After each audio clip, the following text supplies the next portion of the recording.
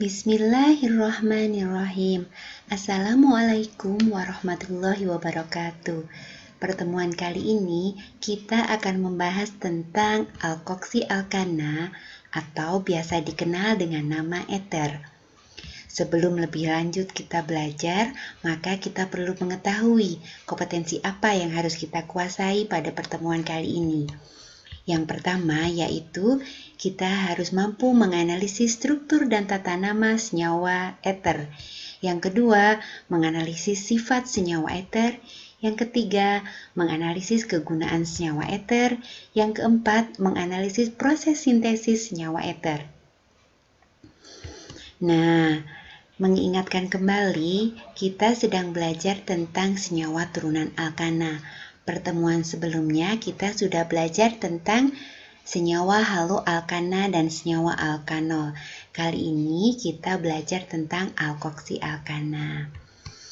Oke, lebih jauh kita tahu bahwa senyawa alkoksi-alkana atau eter banyak sekali dalam kehidupan sehari-hari. Salah satunya yaitu MTBE atau metil tersier butil eter.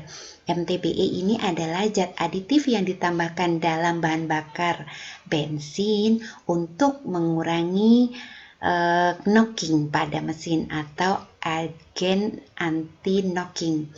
Nah, MTBE ini juga bermanfaat untuk meningkatkan pembakaran sempurna pada bensin.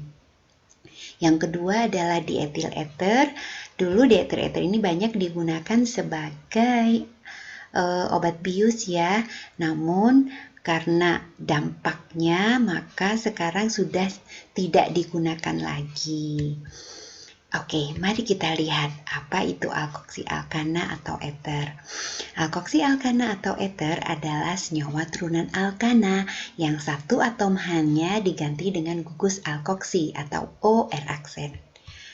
Nah, struktur dan rumus molekul alkoksi-alkana dapat kita lihat pada gambar berikut. Ini strukturnya ya. R aksen. Sedangkan rumus molekulnya CN H2N plus 2O. Rumus molekul alkoksi-alkana ini sama dengan rumus molekul alkanol atau alkohol. Oleh karena itu, alkoksi-alkana berisomer fungsi dengan alkohol. Sampai sini ada yang ingin ditanyakan? Oke, Ibu lanjutkan ya. Pengelompokan alkoksi-alkana atau eter. Eter dibedakan menjadi dua. Yang pertama yaitu eter simetris atau eter sederhana apabila gugus R dan R aksennya sama. Contoh CH3OCH3. Yang kedua adalah eter campuran atau asimetris apabila R dan R aksennya berbeda. Contohnya CH3OC2H5. Mari kita lihat tata namanya agar kita bisa memberi nama eter-eter tersebut. Yang pertama, tata nama IUPAC. Dimulai dengan gugus alkoksi dan diikuti dengan rantai utama alkana. Gugus alkoksi dipilih dari rantai terpendek, sedangkan gugus alkana adalah rantai yang terpanjang. Nama trivialnya adalah alkil-alkil eter. Penamaannya dituliskan dengan urutan alfabetis, sehingga kalau ada E dan M, maka E dulu baru M. Untuk gugus alkil yang sama dituliskan alkil dialkil eter. Contohnya, perhatikan senyawa yang Ibu tuliskan sebelumnya, CH3OC2H5. Mana yang terpendek? Iya, betul. Yang terpendek adalah yang gugus OCH3. Maka gugus ini disebut gugus alkoksi. Sedangkan yang terpanjang C2H5 adalah gugus alkana. Namanya menjadi metoksietana atau etil metil eter. Yang kedua, nah ini gugus alkoksi dan alkananya sama karena R-nya sama, maka namanya menjadi metoksimetana atau dimetil ether.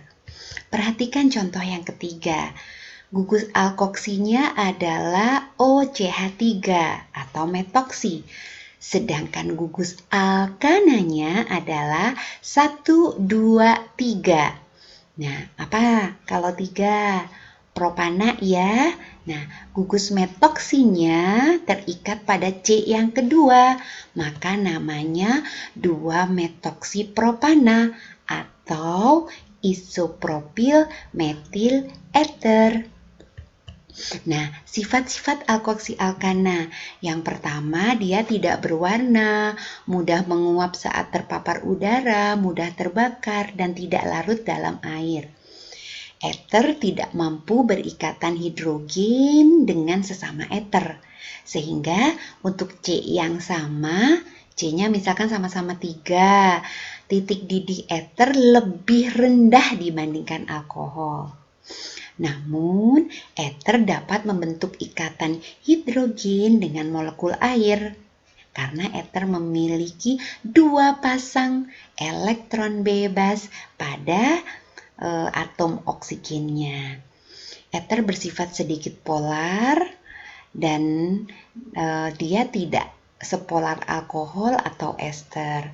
Ether dapat dipisahkan melalui destilasi. Mari kita lihat reaksinya.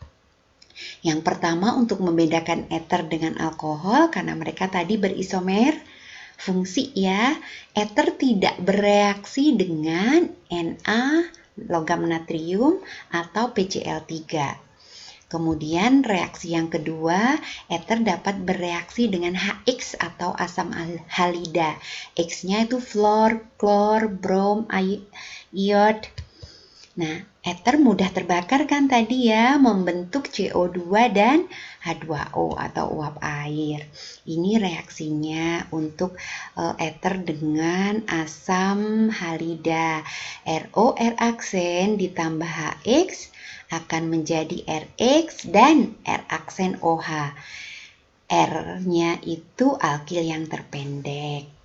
Kemudian untuk contoh yang pembakaran, Ibu ambil ether sederhana, dimetil ether kalau dibakar menghasilkan 2 karbon dioksida dan 3 H2O.